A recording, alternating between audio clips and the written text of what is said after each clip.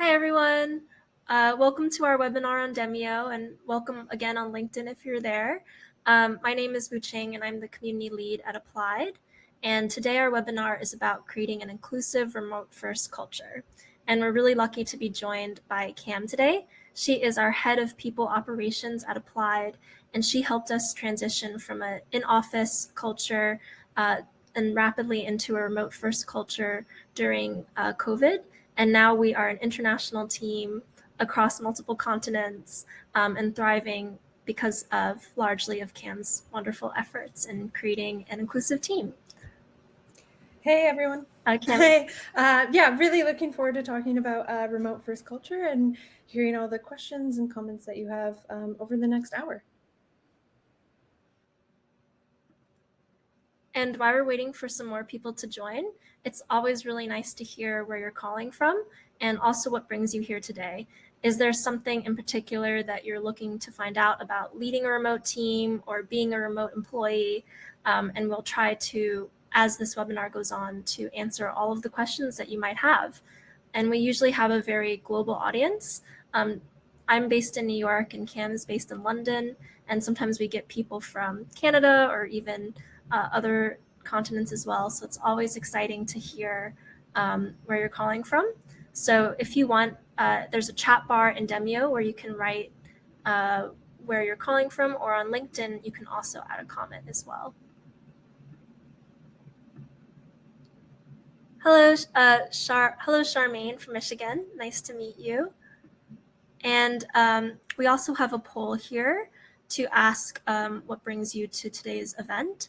So, oh, sorry, I just shared the wrong poll. I should read it more.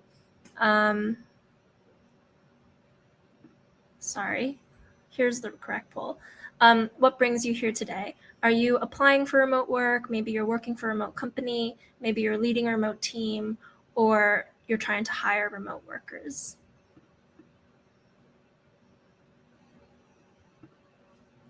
So far, it seems like a lot of people are either leading a remote team or working at a remote team. So that's really great because we're going to talk about both of those things today. So what is our agenda today? So first, we're just going to do a little bit of an introduction about who we are and what is remote work, what's good about it, what is maybe potentially bad about it, and how can we maybe try to mitigate the things that could be negative consequence and amplify the positive parts of it. And then we're going to talk about design thinking and how you can use design thinking to experiment and then implement very successful interventions to make an inclusive work culture. So just a little bit about the double diamond method. You usually begin with a discovery and thinking about what do your customers want, and in this case, that's going to be your employees. And then you're going to experiment, develop, test, and iterate different solutions. And Cam has a lot of examples of how we've done this at Applied that hopefully you can use to implement into your team as well. And then I'll give a little bit of a talk about what it's like to work at a remote company and how we make sure that we foster collaboration while being remote, as well as make sure that we're focusing on career progression in a remote context, which is often seen as something that might be harder to accomplish in a remote setting. And throughout the webinar, feel free to write different questions in, but also we'll have some more time at the end as well for additional questions. And a little bit about us. So Cam and I both work for Applied, and Applied is an essential platform to de-bias recruitment. We are built on science, and our goal is to transform how you hire. And we spent many years doing different research in education, welfare, and policy, and it became very clear that human biases were going to result in systemic inequalities. So that led to the creation of a different hiring system that was designed to give every candidate an equal opportunity and allowing them to focus on and share their skills and be hired based off of their skills. And now we're going to talk a bit about remote work. So when you think about remote work, what does it mean to you? Does it mean maybe that you're going to get a lower salary or a higher salary? Do you think about increased work-life balance, or maybe even a decreased work-life balance? Maybe a reduced time in meetings? And depending on how you construct a remote environment, you can see that it can mean different benefits or negatives depending on how a remote environment is structured at your company. So has remote work met people's expectations? So according to this study done by Upwork, they found that remote work tends to actually reduce the time of non-essential meetings and also increase flexibility. It can, of course, reduce your time for commuting and create less distractions and give autonomy. And so Cam will talk about how we can try to make sure that we're giving the employees the positive parts of remote work and also mitigating potential negative effects. So this is a poll to see how many people do you think are actually working remotely now? Is this something that is not so common anymore now that COVID-19 is going down? Do you think that 20 or 30 or 40 or 60 even percentage of Americans are working remotely now? Let's see. So far, most people think that between 20 and 30% of people are working remotely. So that would be pretty on the nose. So according to this Gallup poll, which is a little bit dated now, but it's from 2001, sorry, not 2001, 2021, and they found that 45% of full-time employees were working partially or fully remote. So quite a lot of people were working remote. And they found that out of those people, 9 out of 10 of them wanted to continue working remotely to some degree. So obviously there is a lot of demand to continue to be able to work remotely and to make sure that as a team leader or an employee that you're making sure that it's a fruitful process. I also just wanted to highlight that the ability to work remote can be a bit of a privilege, and it can depend on the salary range or what kind of job you have. So if you are a high earner, you're actually very likely to be able to work remote, where if you're a more middle class or middle of the road earner, you're less likely to work remote. And so that's something to also think about when you're making your inclusive remote culture, how you're giving that opportunity to maybe everybody in your company and on your team. And that will lead us now into our top tips for how you can make sure that you're creating an equitable and thriving inclusive remote culture. And so what kind of structures does your company need, and what kind of lessons can we learn from design thinking? So in our intro, we briefly mentioned the double diamond, and this is what I was referring to. So in the double diamond method, you begin with a research phase where you're going to think about who, what, how. You're going to think very broadly about what you're trying to solve.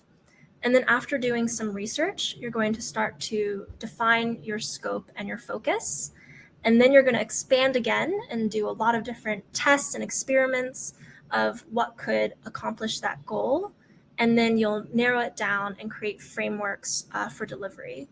And Cam will talk about how we've done this process for our remote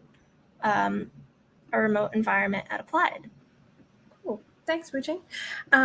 So from the top, I'm Cam, just to reintroduce myself, head of people operations at Applied. So for the next 15 minutes or so, I'll talk you through what WuQing just mentioned, this double diamond approach to designing processes and thinking about people operations as a product, and that like divergent and convergent thinking. And then I'll talk about the things that we specifically focused on at Applied, which is employee engagement.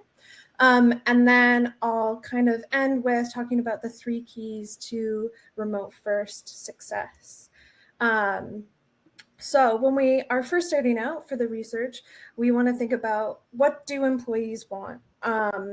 they're our users, they're the ones that we care about the most, and they have lots of ideas of what they want. They might want paid time off, they want an internet stipend, an L&D budget, and your employers are coming from all different stages of their career and their life, so they'll all want something very different. But the best way to ask them and get this information is just to ask them. You can do this through surveys, through interviews, one-to-one chats. There's also something that we've done at Applied where like we might have an inclination of what people want and we do a small test, but we ask them before and after to see if there's been like a positive outcome from that really small intervention. But the key here is to kind of ask people what they want and co-create with them and putting them first for what you're going to create. WuQing, do you mind just going to the next slide? So this is kind of the discovery mode. And from there, after we've done a survey or done a few interviews, we have a better idea of what we should focus on. And then from there, we want to refine and focus these ideas into maybe like one or two so that we're really focusing in so that we can do it really well and iterate on. And one of the ways that we do this at Applied is we might have a matrix for what should we be doing now and what's most important, and then trying to kind of maybe not get rid of forever the other ideas, but just put them in a backlog the way that maybe product and engineering teams do as well, and say, we're not going to do it this quarter, but we're going to come back and address it next quarter and see what we can do. So that's how we would refine and focus all of our ideas. And then once we have one or two, we'll go into testing and delivery mode. So we'll have those one or two ideas, and then we'll start implementing and testing them to see how they work. Sorry, WuQing, would you mind going to the next slide? Yeah. Before we go into testing, deciding, a great example of what you might choose, it might be, say, a piece of software. So over COVID, everyone just went straight into Zoom. Zoom's share price went crazy. People decided everyone needed Zoom to be able to function. But the other tools exist for how you can manage and collaborate with your team. But before implementing a tool and spending a lot of money on, you should just have a general checklist to hand, like how many people will actually use it? Is it team specific? How much will it cost per person? Does it replace an existing tool? Will it be a short-term or long-term solution? There's lots of companies that are going in between, say like hybrid, back to remote, or who are remote now, but considering hybrid, or even going back into the office maybe. And so you need to choose the tool for the right amount of time as well. And then of course, like lots of companies, as they're going remote, they might be hiring people internationally. And so you also have to ask, like, is this tool secure? Will it comply with local regulation? I'm in the UK, GDPR is very real. And so you also have to like ask the question of when you're implementing something, like, is this tool or process still like in line with security standards as well? So once you've kind of got an idea of what you want to focus on, you've kind of, if it's a tool or a process, you've answered these kind of questions of how many people it will affect, you can start to refine out. WuQing, do you want to go to the next slide? So we want to do a bit of testing and delivery. Now, working remotely requires quite a bit of structure. And so a lot of the things that you might want to implement will require a bit more infrastructure and a bit more writing. The things that we decided to focus on was employee engagement. And so employee engagement could be lots of different things, but we always think that employee engagement starts with onboarding.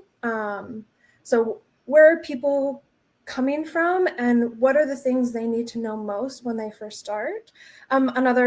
So a lot about employee engagement is the interactions that they have, especially working remotely.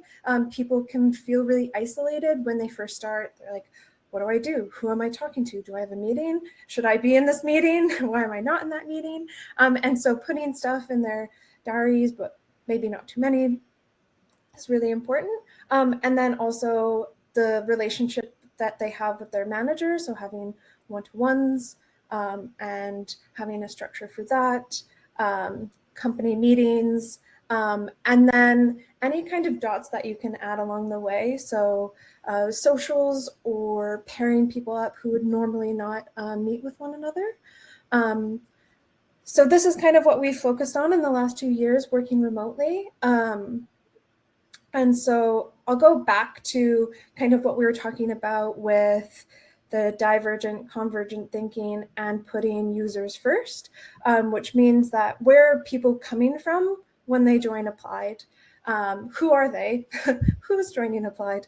The great thing about Applied is that people are coming from kind of everywhere. We're not hiring based on their educational background or if they have years and years of experience, can they code in this specific language?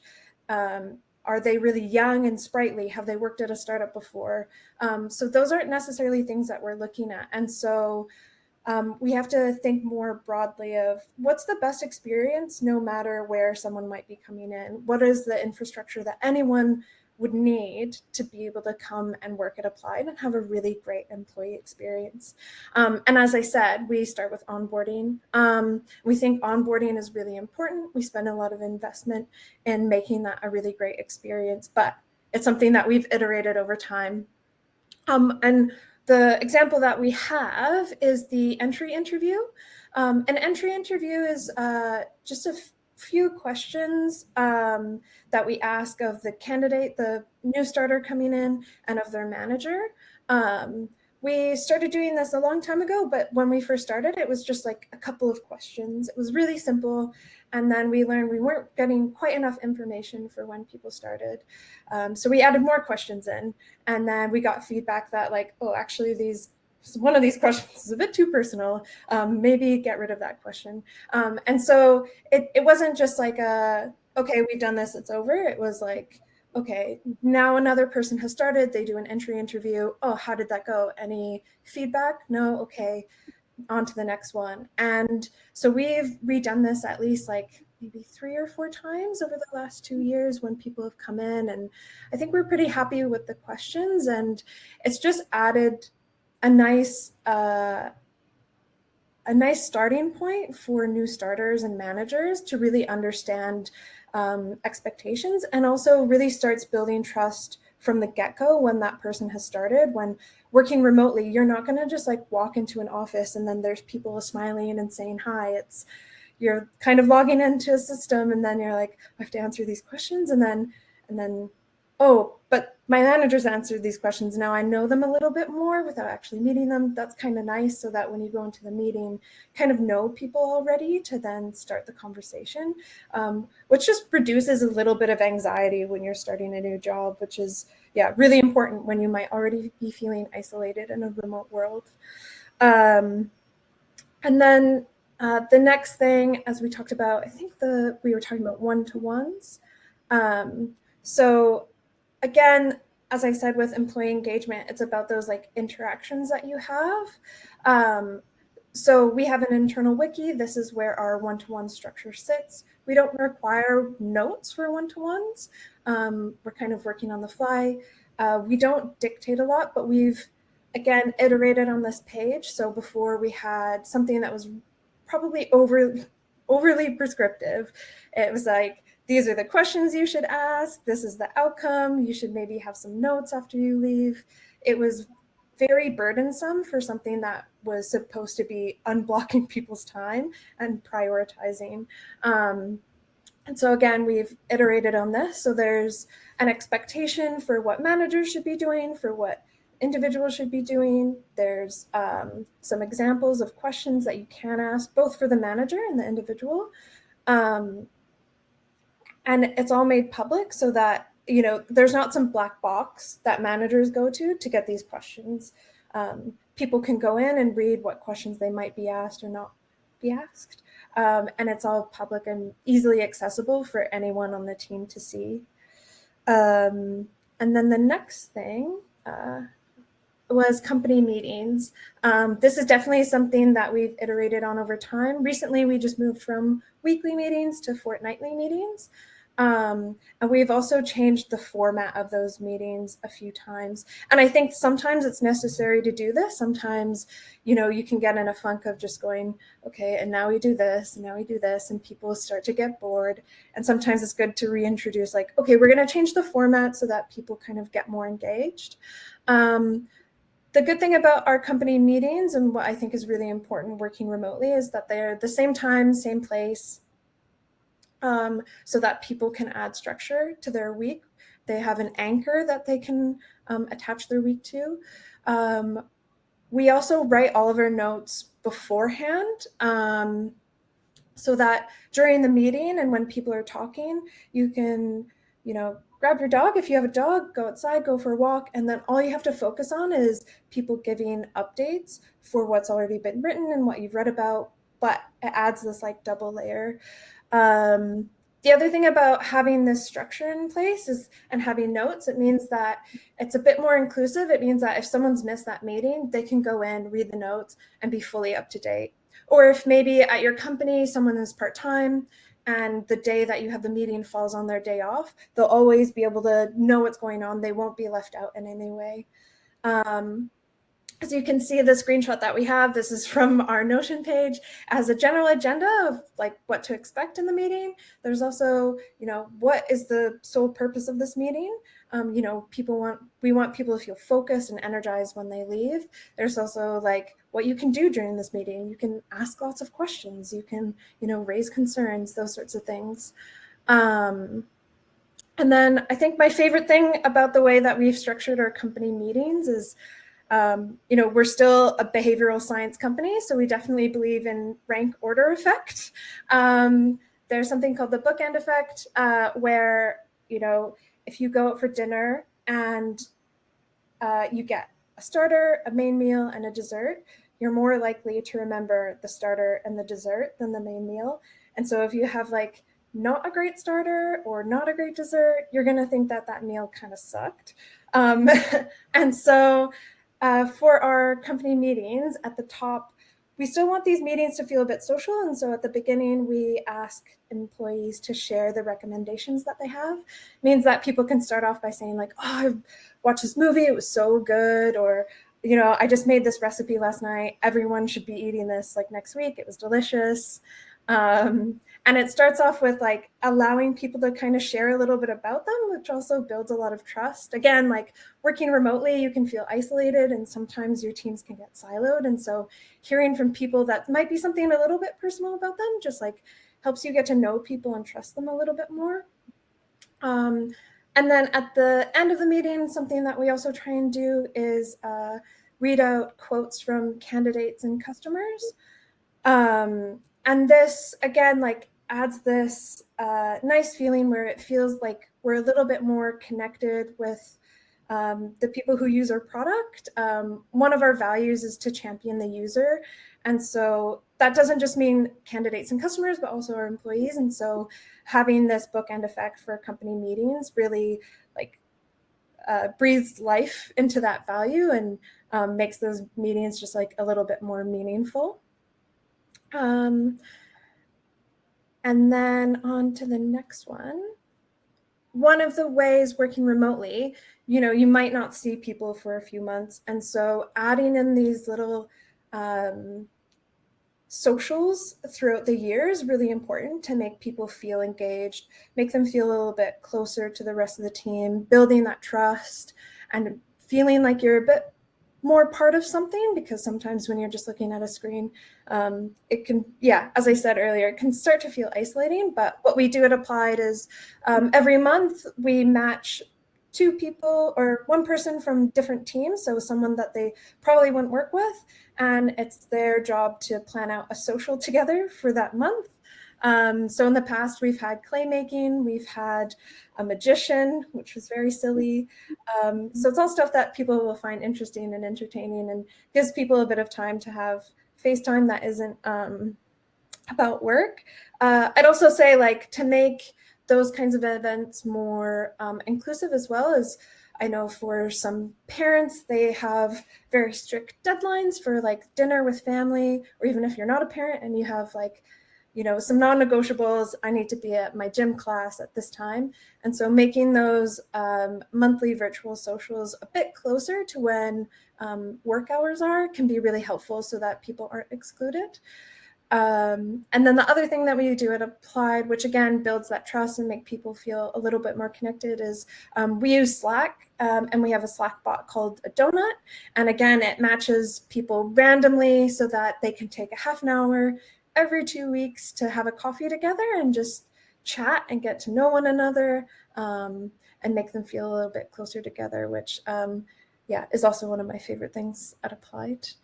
And then I think finally we have a bit more infrastructure chat. So I think I said at the very beginning, one of the most important things about working remotely is making things accessible so that, you know, when people start, or even beyond when they started, that the information is really accessible. And so in the people operations team, we try to follow the EAST framework, which is something that the behavioral insights team created a few years ago, and it stands for easy, attractive, social, and timely. And so one of the things with like our handbook and our internal wiki, and even like our Slack channels and the way that our drive is structured, is to make it really easy to use and really accessible so that, you know, if you're searching for something, it's really easy to find. Like, you won't spend a lot of time trying to find that information. The other thing that we try and do about organizing this is to make it attractive. So, pardon me, it should be well organized so that it doesn't hurt your eyes to look at it. You want to be able to go and land on a page and you don't hate going there. So making it attractive is really important. And to make it social, by social we mean norms. So because there's already this like infrastructure in place of how like pages should look, how documents should look, you know, how you should use Slack even, you create norms that people start to follow and reinforce of like, oh, I feel really bad if I don't do this way, and if I disorganize this thing that's already been really attractive to look at, you kind of want to follow that. And then lastly is timely. So making sure that when you're introducing more information is that it's at the right time. So the example for this, for us, is we have a Slack bot for when people start, and it's self-paced and self-serve. So when you're starting out, you get information overload. And so what sometimes when you don't need, when you're trying to just like learn a new tool or have, you know, meet more people on your team, you don't want to have someone saying like, oh, you need to read this thing right now, when actually maybe they don't need to read it for another 2 weeks. And so having something introduced that's a bit self-paced and that their onboarding is a little bit drawn out and timely so that like they're not totally overwhelmed is also really important when you're thinking about the cadence of the year and how they start.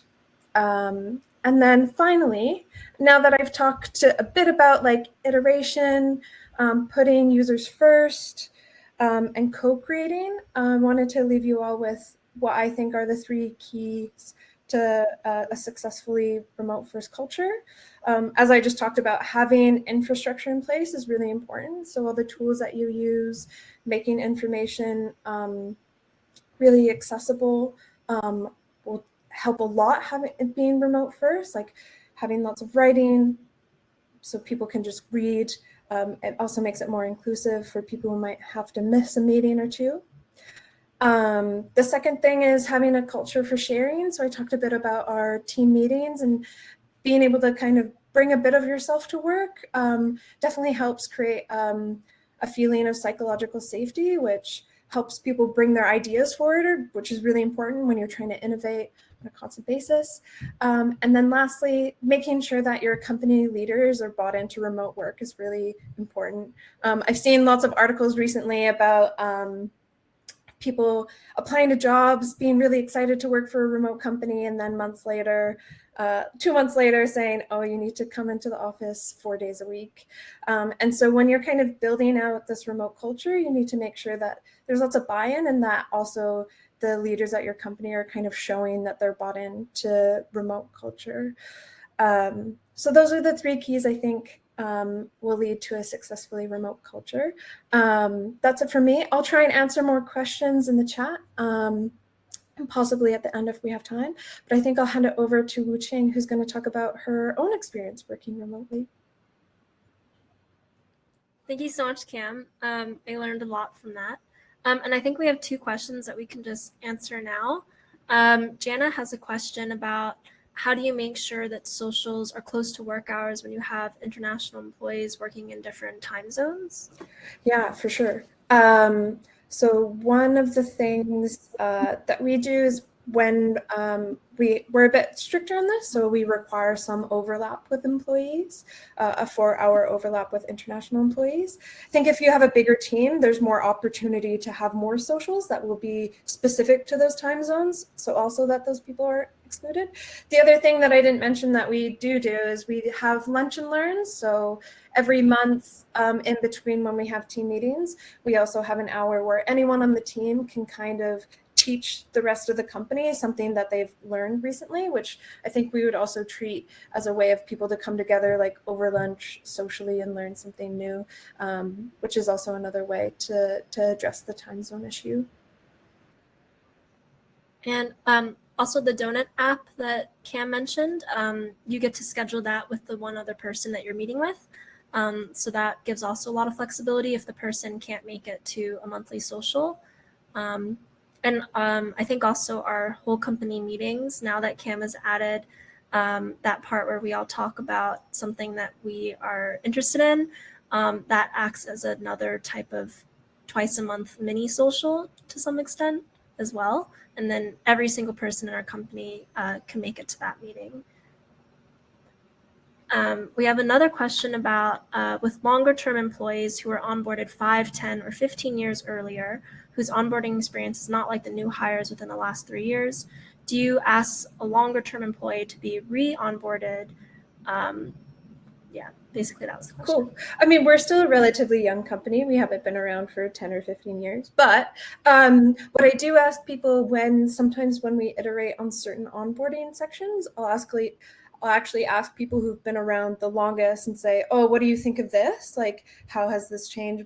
And get their opinion. Like, kind of what we were talking about when you're iterating a process is to co-create with your employees and make sure they're part of that process. So that's just not new employees, but also making sure that like people who have been there for a really long time and know the company really well, that by asking them their opinion on it, it helps them also like kind of go through and understand what new things are coming up. I don't know if that answers your question completely, but yeah.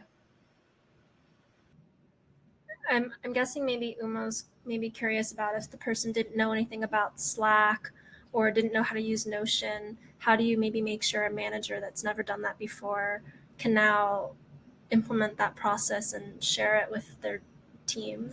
Yeah, for sure. I think when you're I think this kind of goes into what I was talking about, like with making sure your leaders and management are bought in. That sometimes that's not just management. I think if you're introducing a new process that's really going to affect everyone, there needs to be kind of a longer drawn out process of getting people's opinions and their thoughts, getting that co-creation going so that when it's actually, rolled out, that it's no surprise to people. They've had some sort of idea of what's going on, and then having, like, if it's for a specific tool, you do need to do another onboarding. For us, we use Loom to make videos. If the product team is releasing a new feature and wants to make sure everyone has a glimpse of what it looks like, they'll record something so that it's there for people to watch. Yeah, I heard that's the best way to create behavior change is to have the person think it's their idea.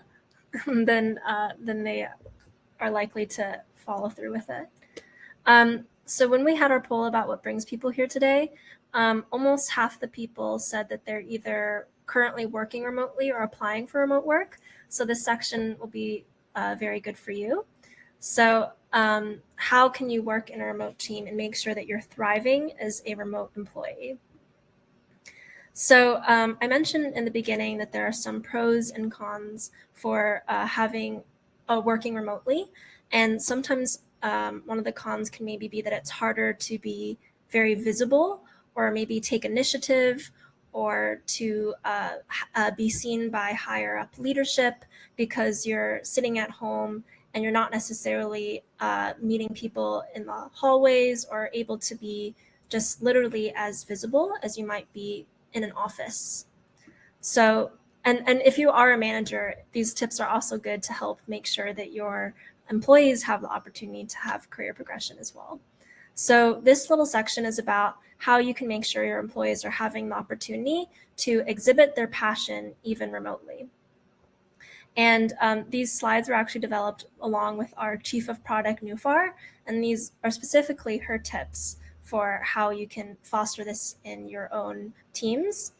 And her first tip is to make sure that you're encouraging your employees, or if you are an employee yourself, to ask others if there's a way that you can help them. So instead of just always maybe shouting that you've done something wonderful, which could maybe be a bit off-putting, especially in a remote environment, to just maybe make an announcement of your success. Another way you can try to have that visibility is to ask people if they have a problem and to see if you can help solve that problem. So taking that initiative to create connections, maybe cross teams or with other people in your own team, can really help you increase your visibility and also prove your value to the company at large. And then another tip is how can you show that you're engaged remotely, even if people aren't actually seeing your face that often. And the tips for this is one, to try to have your camera on. And this tip, a lot of times when you're in a big company meeting or even a smaller team meeting, it's optional to have your camera on. But by having your camera on, that is another opportunity for you to show that you're very engaged and that you're listening, and also to just, again, be more visible to other people in the company. And then to also make sure that you're behaving like you would in person when you're on the camera. So don't do something like necessarily like take a shower and like just listen to the meeting. Try to behave like you would if you were in an office place, and make sure you're fully present and like ready to work when you're in those meetings. We do actually have some meetings that are walking meetings at Applied where we're encouraged to go outside and listen to the meeting. So there is, I guess, some flexibility there depending on the precedent set by your company. So something like that may be encouraged by your organization, but something that's inappropriate, like maybe taking a shower or something, wouldn't be the right thing to do. And then the next step is to make sure that everybody in your company has a very clear plan and ownership over their goals and understands how those are contributing to the company and the team at large. So sometimes when you're working remotely, you might not see how your work is impacting other teams because you don't interact with those people on a daily basis, or you don't necessarily see the impact that your work is having. So that can make it extra important to make sure that you have your own roadmap and a clear plan for your own progression. So this is more details on how you can create this plan. So you can work with your manager or propose this yourself if your manager hasn't proposed this, where you begin by identifying your own strengths and weaknesses. And one way you can do this is by thinking about what energizes you.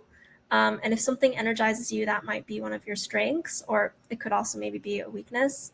And then to create a plan of what you want to upskill and what kind of things you would like to acquire, and maybe how you can also exhibit those skills. So maybe you've identified that you have a project management gap, and then you can try to work with your manager to break down different tasks of how you can get better at that. And having this really clear framework could be very helpful when you don't sit next to a colleague and you can't necessarily just ask them a quick question. And so a way you can do this is by creating a roadmap for your employees or yourself. And in this, you can use a Gantt chart or maybe a checklist to show what you're trying to work on now, what you're trying to work on long term, and what type of key indicators for success you're looking for. And you can go pretty deep on this to think about why you're working on this, why this relates to your long-term goals, and also the company long-term goals. And that can be very motivating to have that North Star where you see how all your daily tasks are going towards a bigger picture.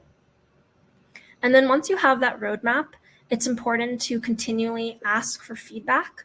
And this, I think, actually can be a bit challenging remotely because asking for feedback can seem like you're asking a huge favor for someone, but it is an important part to create a collaborative remote culture is to make it feel like a safe place and encourage that feedback. And so it's important to identify a specific collaborator that can help you accomplish your goals, especially in this remote environment. And then to also make sure that you're being very specific in how they can help you. So an example for that is if you're giving a public speech, instead of just asking someone to tell you how it went, maybe say, what do you think about my speed when I was speaking? What did you think about my eye contact? What did you think about how easily it was to understand what I was saying?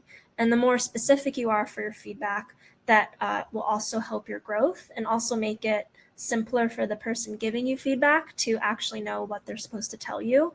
And you'll also get more honest feedback. There's this book called The Mom Test, where they mention that a lot of times when you ask someone for feedback, they want to make you feel good, and they might not necessarily be as critical or objective as possible. And this actually goes with how applied functions as well.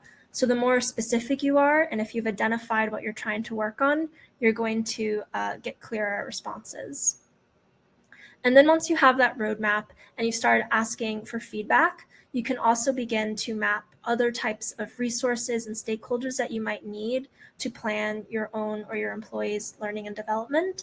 And then as you're making progress on your roadmap, you can try to show this progress to your manager, and that shows very clearly how much you've grown. And if you're not making progress on your roadmap, that also is now creating the opportunity for you to have that visibility to figure out how to correct that. And here's an example in depth of how this could work. So let's say you're trying to find out how to map out logistics for a project. First, you're going to find out and define the scope and the time for that project. Then you are going to align and know the purposes of your actions for yourself, the department, and even the company at large, and clarify how you're going to execute them. And then once you have that, you're going to share and refine the questions. And so let's say you're making an assessment, you can now share that with someone else on your team and ask them for feedback. And when you're asked for that feedback, you're going to make sure that it's very structured and specific, like, what did you think of my time management skills? Or what did you think about my tone in speech?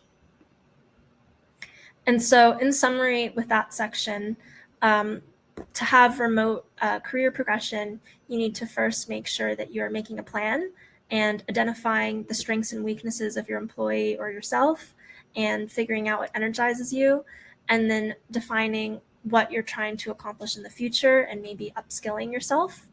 And then you want to share those goals with other people on your team and even at the company. You're going to maybe share your roadmap. You're going to identify and ask for feedback, map stakeholders, and share your progress. And when you ask for that feedback, you're going to be as specific as possible and ask for specific advice. And if you do those things, then you can mitigate maybe the lack of visibility that you might have in a remote environment and make sure that you're fostering that type of career progression in a remote team. And that actually leads us to the end of our prepared content. And then we have some time for question and answers and also next steps. So I'd like to know what you thought about this and if you felt like it was helpful to you. And if it wasn't helpful to you, we also have I'll just show it here really quickly. We have a survey. It's only like 3 questions, and we ask for different feedback. So if you have any comments or feedback for how we can produce more content that will be helpful for you, we're always trying to make sure that we are producing the highest quality work as possible. I'm just trying to find where I put this. Okay, here it is. So if you'd like to give us some feedback, here is the link for that. We also host 2 webinars every month, and our next webinar is 5 unconscious bias in depth. And this is our specialty. We're actually a spin out from the Behavioral Insights Lab, which studies behavioral science. So if you're interested in unconscious bias and how it affects recruitment, then that webinar is definitely for you. And then if you'd like to know how you can create a roadmap for inclusive hiring, that is our next webinar in June. So I would love to see you at those next webinars. I will also share the link to that. And then we also host a masterclass every month as well, where we spend 3 hours going very into detail into how you can de-bias hiring based on behavioral science. And we focus on identifying bias, creating a data-driven process, how to do skill-driven assessment, structure information, and use interviews to gather information. So if that is something that you would like to join, I will also share that link. And I'll share all of this as well in a follow-up email. And then the last thing I just wanted to share was that in June, we are launching our second 30-day hiring challenge after a very successful first launch in March.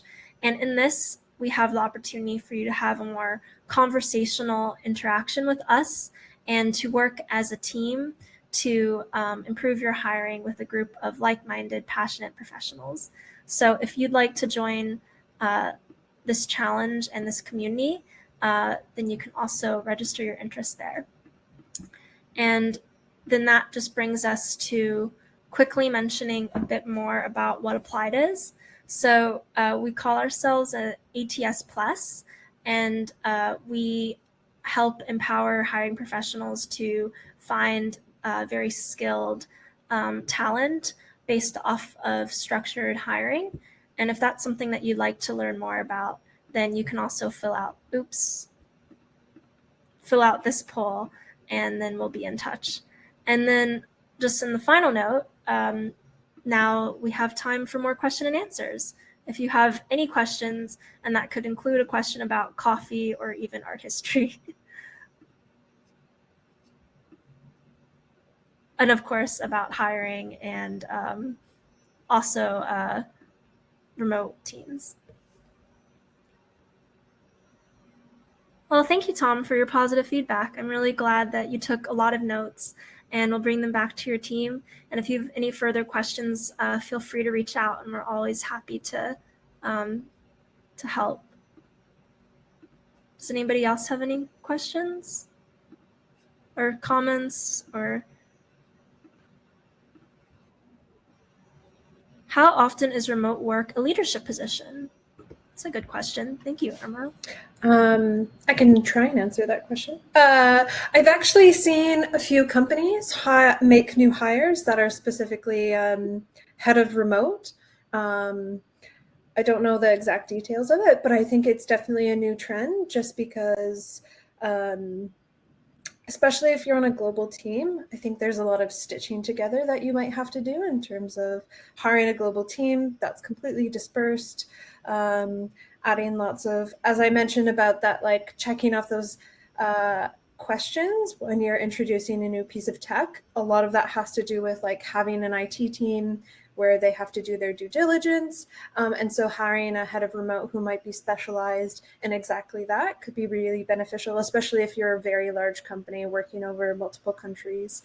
So I definitely see it on the trend upwards.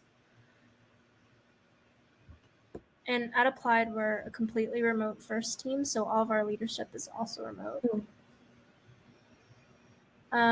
Matt has a question about how do some of these things change as an organization grows and intimacy becomes more difficult? Yeah, for sure. I think one of the questions that operations people get all the time, or the comments that they'll make themselves, is, but does it scale? Which, like, my opinion is, like, every once in a while, it's just going to, it's probably just going to break at some point, but it's how you can iterate on it, how you can make it better once it does break. And, change change is hard sometimes, but as long as, like, what we talked about as being the important things, like co-creating, making sure you're putting people at the heart of that change and why that change is happening. Obviously, it needs to be balanced out with business needs. I think the intimacy bit is, like, as you grow, those company socials become more team socials. And then you might go into more of like a project management type style to make sure that collaboration between two teams is happening. That's the sort of way that could scale socially as well. Obviously, away days become less intimate as well. They become less frequent, but I think that's also where values come into play. If you're hiring really well as well, if you're hiring people who are totally bought into the mission, you immediately have a connection with your colleagues, which I think plays dividends over the long term. And I know, like, as our team has grown, we also split into like 2 different pods for engineering. So we have done a little bit of dividing as we've grown as well, but I think we have maintained that same foundation, even as we've gotten a bit bigger. Yeah, for sure. Another quick question was, do you have donuts during the donut sessions, and how often do they occur? I'm sure there's some people who have. We actually, for some of our socials, I have sent donuts to people. So that has happened before. Or if someone had missed a social, I sent them donuts. So it has happened, yes. The donuts happen fortnightly. We have the free version, but there is a premium version that you can buy. And especially if you're at like a much larger company, it's probably worth it, because then you can customize it in a much more tailored way in terms of like tenure, teams, seniority, all those sorts of things. Yeah. And I also think, like, from employee perspective, donuts have been really wonderful. I just went to, like, I think the first away day in person. I met like some people that I've technically known for like over a year, but like met them in person for the first time. And if I had a donut with them and only spoke to them 30 minutes of my life, I still felt like I actually knew them a lot, because of that donut. So I think it's been a really big difference to, like, I met Ryan, who works, I forgot what country, but like very far away from where I live. But because of our donut, I felt like I knew him. Um, Jake wrote, are you finding that your remote workers are progressing promotions, more responsibilities as fast as others who are present in your office? Great question. But then he said, Oh, never mind. That was the question. Oh, yeah. So we don't have an office, is the trick to that question. But it's something that we've talked about, definitely, of like, are the people who you would never meet in person, or who you would only meet in person maybe 1 or 2 times a year, how could they might be affected or disadvantaged by not being close to, say, their manager, like locally, physically. So I think there's different ways, and depending on how big you are and how fast you're growing and how fast your processes are changing, I think this is something that still is affected in offices. It's not just a remote issue that comes up. It's that face-to-face time.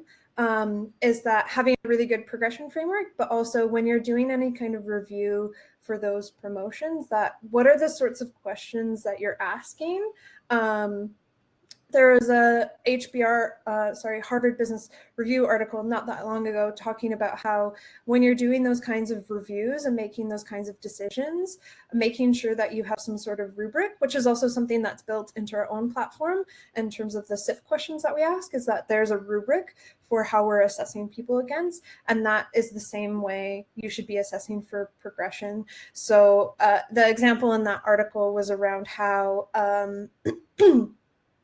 women would be praised for their interpersonal skills, but disadvantaged when they were assessed against leadership, even though they didn't have a rubric. They were,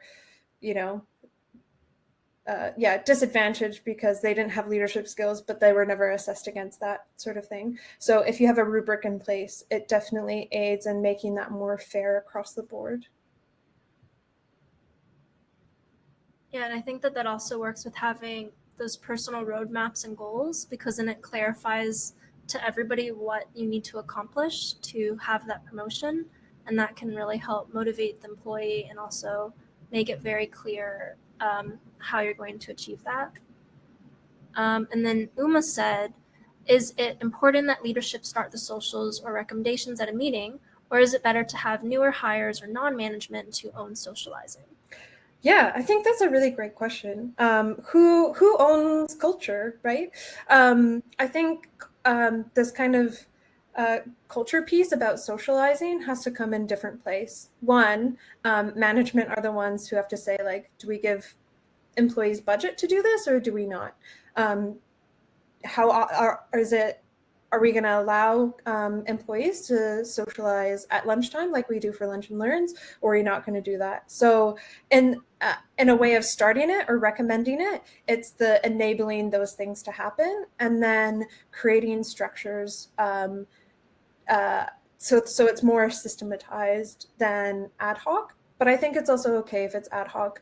I think people should want to socialize, so it should come from individuals and teams. It shouldn't always be coming so centralized, which is also part of the reason why we thought it was good to get people from different teams, putting them together, and then that they organize them so that it's not just coming from one person who's dictating what other people have to socialize on. So I think it's a different combination. Yeah, and Cam mentioned that we did that magic show and a clay social, and it's really interesting since different people and different teams are always coming up with the idea that the social is always very different. Like we've had disco yoga, we've also had a fake horse racing one, which I at first was actually quite skeptical about, but it was really, really funny, where you were doing fake horse betting. So I think that it's nice that it is such a variety of people planning it, because you probably wouldn't have such diverse social topics if it was the same person over and over. True. So thank you so much, Jake. And if there are no more questions, then we can probably end, but I'll wait one more minute if anybody has any further questions. And I hope to see everybody again at another webinar. And thank you also, Cam, again, for sharing your time and expertise with the applied community. Yeah, thanks all so much for taking an hour out of your day to spend with us to talk about remote work. Okay, it seems like we don't have any more questions, so I'm going to end the broadcast on LinkedIn, and then I'll end it on Demio. Great. Thank you so much, everyone, for joining us. Have a great long weekend, too, if you're in the UK or the US. Bye.